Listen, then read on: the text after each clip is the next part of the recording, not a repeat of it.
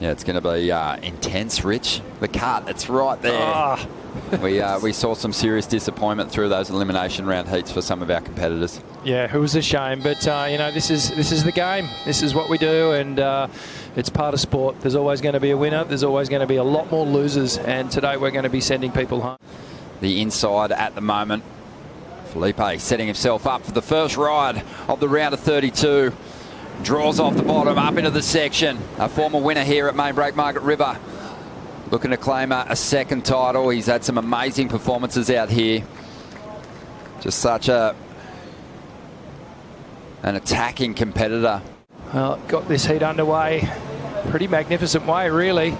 Driving off the top. There's that clean, open rail turn. This one here, though, just, well, it drops about 8 foot down back into the trough, but complete control. Yeah, I almost thought that he was almost going to pull in at the beginning of that wave. It was kind of looked like he was like, oh, is it going to do it? Is it not going to do it? But he made the right decision. And yeah, just looking at this first carve here, just absolutely laying the board on rail there as he wraps it around back into the pocket. But it's this turn here that, yeah, just gets some air under the board here as he's coming back down. And look, just totally airborne as he reconnects with the face of the wave there. And yeah, he did well to negotiate that section. You know, you look at surf like this just based on what we've seen here in the past, and it's not a big day by Main Break Margaret River standard.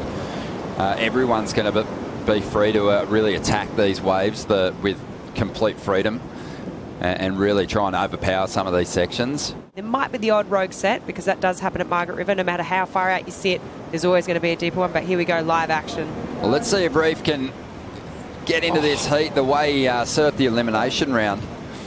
It's just not working out for him at the moment. Couple of throwaways, losing his footing. He did have a bit of a scramble. We gave him a bit of time to get reset, but it was a quick turnaround.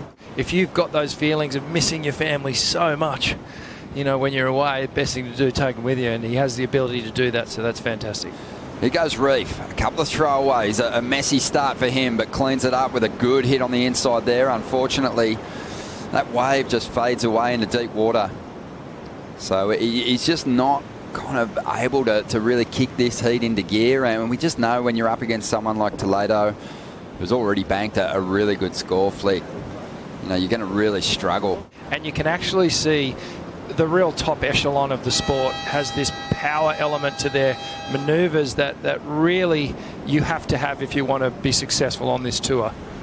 So entering the second half of the opening heat and introducing a couple more competitors to the lineup as Toledo goes after his second score.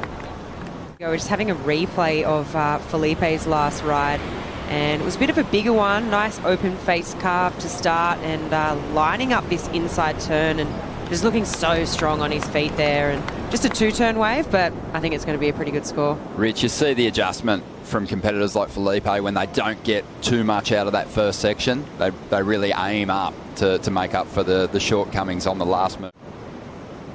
As we see something standing up on the outside. And in the overlapping format, you can see that Samuel Pupo and Geordie Smith just have to give way to Filipe, who banked a 6.67 on that second ride. This one's going to take him a little higher, you'd think. Doesn't finish it off, but just a really sharp combination on the outside before the fall. Wow, just he's starting to warm up, which is danger signs. 7.23 for Toledo. Heazlewood with a whole lot of work to do, chasing a two-wave total of 15. And all that rhythm that he had in the elimination round is just lost at the moment. Big airs, and Toledo behind him. Another big drawn-out slice. He takes that carve so high in the face of the wave that his rivals see often three fins hanging out the back. That's in a carve. So he, as we said earlier, always puts that board right on edge. Yeah, it's a different pathway sometimes, isn't it? It's not like he's coming out that section horizontally and then cutting down. Is how creative he is in the manoeuvre options that he chooses for different sections. Yeah, it was so many, so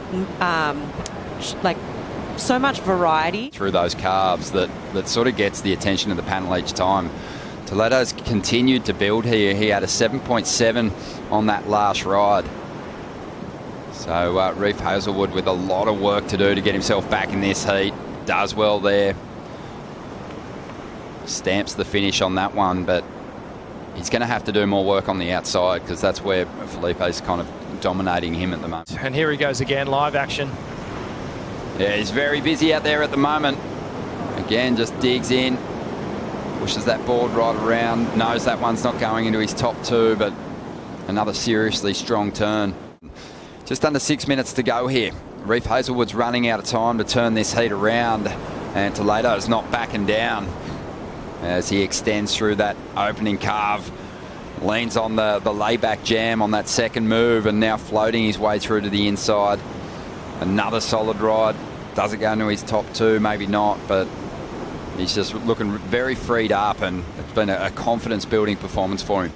That this guy was going to fall into that category of being one of the best, never to get a world title.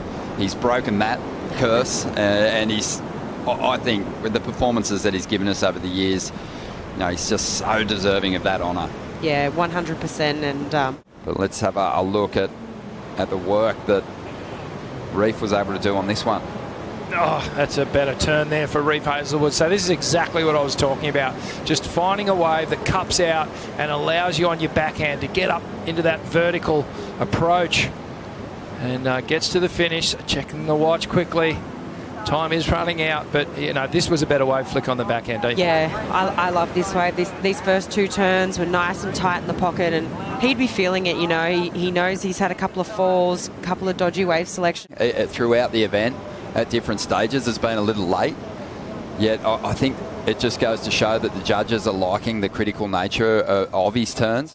So he's got an opportunity now. He's well and truly broken that combination, and he's after a 7.2 to get into the lead, and this is his last shot at it. The hooter sounds. He's got to get back up there, and he gets swatted down.